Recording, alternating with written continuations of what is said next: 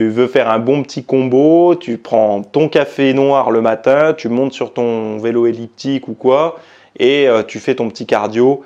Là, non seulement tu profites de l'effet dynamisant de la caféine, de l'effet mobilisation des graisses, et puis en plus, un petit effet coupe-faim. Si tu as un peu faim le matin et que tu voulais rester à jeun, ça va t'aider.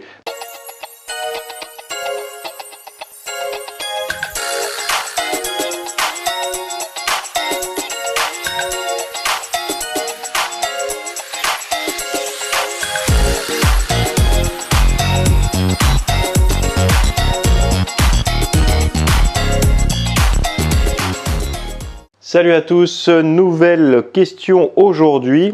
Donc après avoir fait deux questions-réponses sur les boosters de testo que je vous invite à aller voir dans les playlists. Alors c'est vrai que si vous voulez vous faire un truc sympa, moi je sais que quand je suis dans un domaine, j'aime bien écouter le contenu, enfin voilà, le mettre un peu pas en boucle, mais de comprendre le fond de la pensée.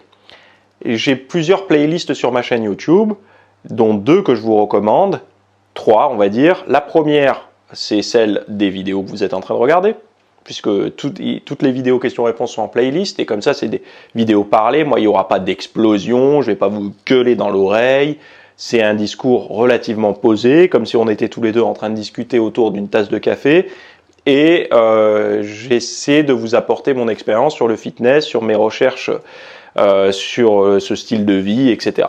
Bon, ça c'est la première chose. La deuxième chose, vous avez une playlist pour les podcasts, si vous voulez suivre les actus un peu fitness et tout ça. Alors, actus, je vous parle pas des résultats des concours, de machin et tout, qui m'intéressent pas, hein.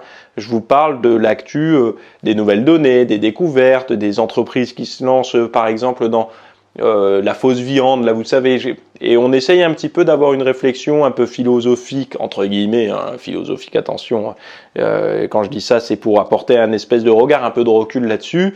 Parfois je réponds à des questions, enfin voilà, c'est la playlist des podcasts.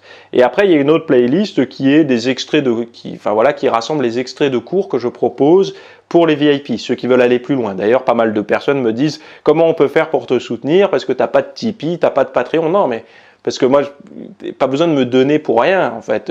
Allez sur ma plateforme VIP, si vous voulez donner un petit truc, au moins vous avez accès aux cours, à la bibliothèque de cours, quoi. C'est comme un Netflix version fitness. Profitez-en. Et c'est moins de 10 balles.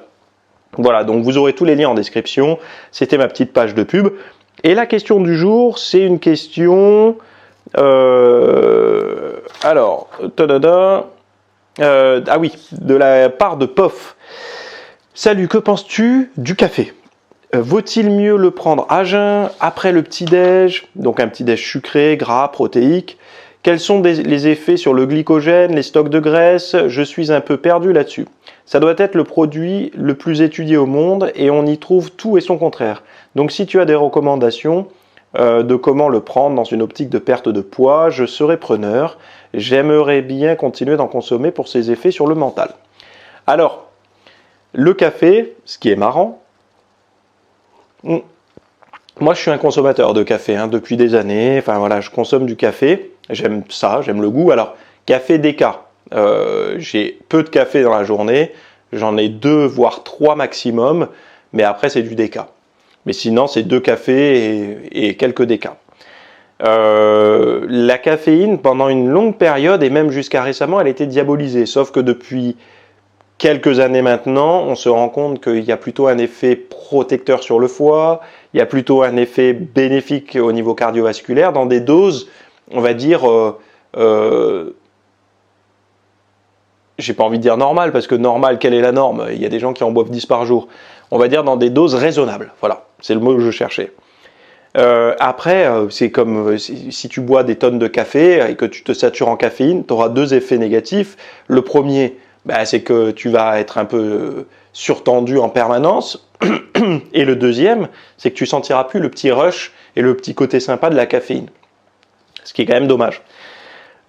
Après, pour la perte de gras, oui, la caféine aide un peu à mobiliser les graisses, aide un petit peu à mobiliser les graisses, ça veut dire que ça va un peu aider à faire circuler des graisses de réserve dans ton sang, pour schématiser à l'extrême, parce que c'est un peu plus complexe que ça. Mais d'ailleurs, va sur mon site, tu tapes café ou caféine, tu vas voir tous les contenus que j'ai fait dessus, il y en a à l'appel. Donc ça, oui, effectivement, comme tu le précises, si tu fais circuler des graisses de réserve, mais qu'en même temps, tu as des tonnes de sucre qui circulent dans ton sang et de l'insuline parce que tu as fait piquer ton insuline, tu vas pas avoir beaucoup de chance de le brûler. Parce que rappelle-toi toujours une chose, c'est que quand l'insuline est sécrétée, on ne brûle pas de gras. Rappelle-toi ça, en fait. Si tu boostes ton insuline par des forts apports en glucides en permanence, toutes les 2 heures ou 3 heures, pour prendre de la masse musculaire, faut pas t'attendre à perdre du gras. Puisque quand tu anabolises, tu peux pas cataboliser en même temps, quoi. Il n'y a pas cette double logique en même temps. Donc ça, c'est la première chose. Après, vaut-il mieux le prendre à jeun? C'est vrai que le café, quand il est pris à jeun, déjà, tu sentiras mieux les effets. Pas besoin de parler de booster et tout. Et d'ailleurs, ceux qui ont pris des boosters et qui en prennent encore aujourd'hui ont remarqué certainement que le booster fonctionnait mieux quand il arrivait sur un estomac vide que juste après une collation, protéines, bananes et tout ça. C'est normal. C'est pareil pour le petit café que vous allez prendre à jeun avant l'entraînement. Il aura plus de chances de faire effet au niveau neuronal, on va dire. Cet effet, en tout cas, sur la mise sous cloche je crois que c'est l'adénosine. Ah, attendez, j'ai un doute. Récepteur, je crois que ça bouche les récepteurs de l'adénosine, ce qui fatigue. Il faudrait que je regarde, mais c'est ça. Comme quoi, moi, je prépare pas les vidéos. Je lis la question, je réponds. Mais bon, oui, c'est ça, c'est les récepteurs adénosine qui sont verrouillés, entre guillemets, et cette adénosine qu'on accumule tout au long de la journée, c'est ce qui crée la pression du sommeil, enfin ce qui fait qu'on est crevé à la fin de la journée. Et en fait, la caféine vient tamponner ça, et en tamponner, c'est-à-dire boucher ça, et ce qui fait qu'on a l'impression de ne pas être fatigué. C'est juste qu'en fait, qu'on n'accumule pas, on n'a pas l'impression de continuer à fatiguer. Ça crée, mais ça a un côté aussi un peu stimulant.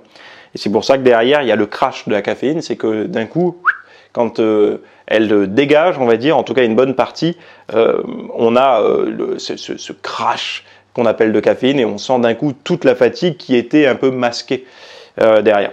Bon, la caféine a de bonnes chances de marcher à jeun. Honnêtement, surtout si tu veux faire un bon petit combo, tu prends ton café noir le matin, tu montes sur ton vélo elliptique ou quoi, et tu fais ton petit cardio. Là, non seulement tu profites de l'effet dynamisant de la caféine, de l'effet mobilisation des graisses, et puis en plus, ça a un petit effet coupe-faim. Si tu as un peu faim le matin et que tu voulais rester à jeun, ça va t'aider. Donc c'est un peu le trio gagnant, quoi. Après, il y a des gens qui sont contre le truc à jeun, qui ne croient pas au café, qui sont contre le café, qui pensent que c'est acidifiant, etc. Ce qui est faux en fait, c'est pas réellement acidifiant.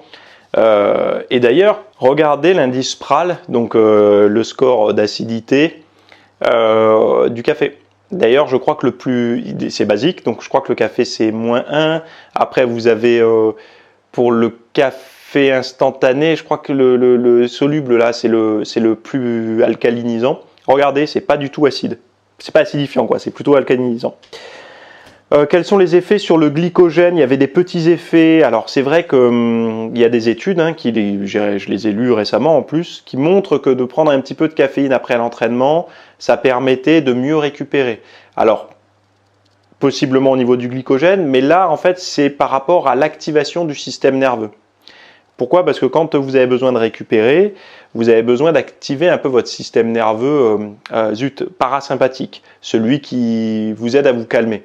Et le café, en activant le système nerveux, nous on pense que c'est que le système nerveux sympathique et tout, mais ça réactive un peu aussi le parasympathique. Et ça montrait qu'en fait ça permettait de rentrer plus rapidement dans une phase de récupération. Donc c'est ça qui peut être intéressant aussi. Après, quand tu parles du café qui est très étudié, il y a beaucoup d'études et tout, tu as tout à fait raison là-dessus. Et pour la simple et bonne raison que c'est une denrée alimentaire, je ne sais pas si on peut appeler ça comme ça, mais oui, je pense, qui est, je sais plus, mais je crois qu'elle est placée au rang, je sais pas si c'est 2e ou 3e position, les trucs les plus vendus, quoi. Donc forcément, derrière, tu as des énormes industriels. Les industriels, aujourd'hui, le café a plutôt bonne presse, on va dire. En tout cas, il est sur une phase, il doit être content les industriels en ce moment pour le café parce que ça a plutôt bonne presse. Mais c'est vrai que quand ça ne l'avait pas, bonne presse, tu finances des études pour redorer un peu le blason du café, quoi. Ce que font les industries du tabac, du sucre, enfin voilà, de toute la malbouffe. Ce qu'ils font avec, en fait, ils financent au taquet de chercheurs, d'études et tout. Non, c'est pas pour montrer que c'est pas dangereux, mais c'est pour montrer parfois que ça peut avoir des bienfaits, parce que par exemple pour le tabac, tout le monde sait aujourd'hui que c'est dangereux. Le sucre, ça commence à être plus compliqué dans la tête des gens. Encore une fois, je me répète, mais je ne sais pas si vous avez remarqué, mais on a switché de la diabolisation. L'ennemi public numéro 1 dans la bouffe, ça a été le gras, les graisses, le beurre et tout. Oh là là, le démon, même les avocats, même le saumon, c'était diabolisé. Dans les années 80, 90, demandez à votre maman, à votre grand-maman, vous allez voir, ils vont vous dire... il fallait l'éviter ça, non, il n'y avait pas de gras. Et regardez bien, on a switché de ça directement à la haine de la viande. Genre la viande ça détruit la planète, bon voilà, les vaches, le respect des animaux et tout, c'est une chose, mais il y a aussi ce côté, et en fait on a sauté l'étape de diabolisation du sucre au milieu. On ne sait pas pourquoi, les gens se disent oh, ça ne doit pas trop poser de problème. Non, c'est pas que ça pose pas trop de problème, c'est qu'il y en a qui se sont battus pour qu'on ne diabolise pas le sucre, qui se sont dit mais trouvez-leur vite un ennemi parce que le gras est en train de regagner ses lettres de noblesse là. Finalement, les gens sont en train de se rendre compte qu'on a besoin de bouffer gras, ils vont s'attaquer à nous les sucres, faites gaffe. Et donc du coup la viande, puis en plus derrière ils ont une armée de militants, des véganes et tout, qui se battent pour l'industrie du sucre, parce que forcément eux, s'ils bouffent pas de viande, ils bouffent autre chose, hein. Et ce autre chose, c'est beaucoup de féculents, de légumineuses, de machins, de produits transformés. Alors pas tous évidemment, il y en a plein qui regardent cette chaîne qui sont véganes ou végétariens et qui font les choses de manière super intelligente. Ils savent gérer leur ratio de protéines et tout, ils bouffent pas de plats transformés, ils sont pas cons. Mais je connais aussi des gens qui sont végétariens juste avec, qui ont juste le badge entre guillemets. Quand je dis le badge, c'est l'espèce de V vert là. En fait, pour eux, ils font leurs courses, il faut qu'il y ait le V vert. Donc ils achètent des tonnes et des tonnes de produits transformés. Bon, eux, est-ce qu'ils ont gagné? Est-ce qu'ils vont être en santé? Je ne pense pas. Donc c'est juste pour montrer les dérives en fait, hein, et de comment se passe. Donc c'est pour ça que tu as beaucoup d'études scientifiques sur le café, parce que tu as beaucoup de thunes en fait derrière les vendeurs de café et que tu as beaucoup de publications. C'est pas parce que le café est miraculeux. Et c'est pareil pour l'huile d'olive, c'est pareil pour le vin, c'est pareil pour tous les business qui rapportent du fric, quoi. Tu vas avoir des études financées. C'est comme ça.